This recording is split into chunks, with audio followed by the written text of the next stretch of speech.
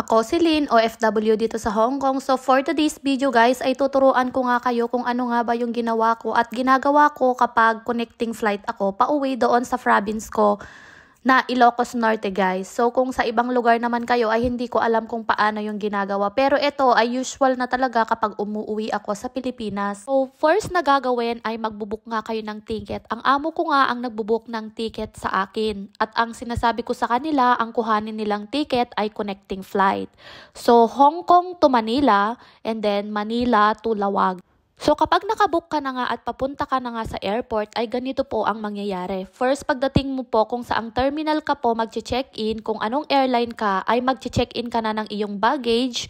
Pagkatapos ay lalagyan na rin nila ng tag ang iyong hand carry. So guys, ito ay isang technique para dun sa mga over baggage. Ang gawin nyo, tanggalin nyo muna yung laman, tapos magpakilo kayo, and then after nyan, isuksok nyo din doon dahil hindi na yan kikuluhin pa. Siyempre, pagkatapos mo nga mag-check-in, ay pupuntahan mo na kung saan gate ka nga pupunta hanggang sa dumating nga ang iyong flight papunta nga sa Manila. So kung short vacation lang kayo guys, wag na wag nyong kalimutang kumuha muna ng UEC kung saang bansa kayo galing. Pwede rin kayong kumuha sa Pilipinas pero parang mas mahirap, lalo na kapag malayo nga kayo dun sa kuhanan ng UEC.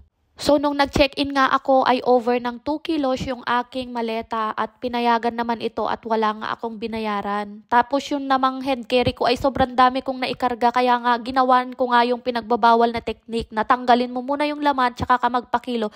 After nyan ay ipasok mo ulit yung mga karga mo para wala kang maiwan kasi sayang naman. So pagdating mo nga sa Pilipinas ay hihintayin mo doon sa conveyor yung check-in mo. Tapos kukuhanin mo ito at itatransfer mo nga ito doon nga sa baggage counter na kung saan sasabihin mo kung saan ka papunta. Kagaya ko, ang sinabi ko ay yung baggage ko ay papunta ito sa Lawag. Tabi lang po ito ng conveyor.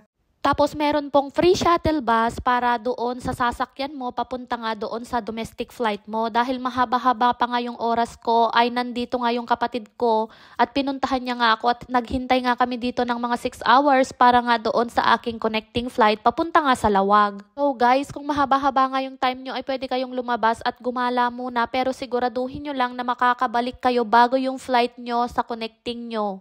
So inuulit ko lang guys na kapag connecting flight ka ay isang beses lang kikiluhin ang iyong baggage. And then sa bawat pasok mo nga pala papunta doon sa gate mo ay merong scanner doon na kung saan i-scan nga yung hand carry mo at lahat ng mga dala mo. So, eto na nga yung time na bumiyahe na nga ako pauwi nga doon sa province ko at pagkatapos nga niyan ay nakalapag na kami dito sa Lawag International Airport na kung saan ay kukuhanin mo lang ang iyong baggage at pwede ka nang lumabas. So, napakabilis lang talaga kapag connecting flight.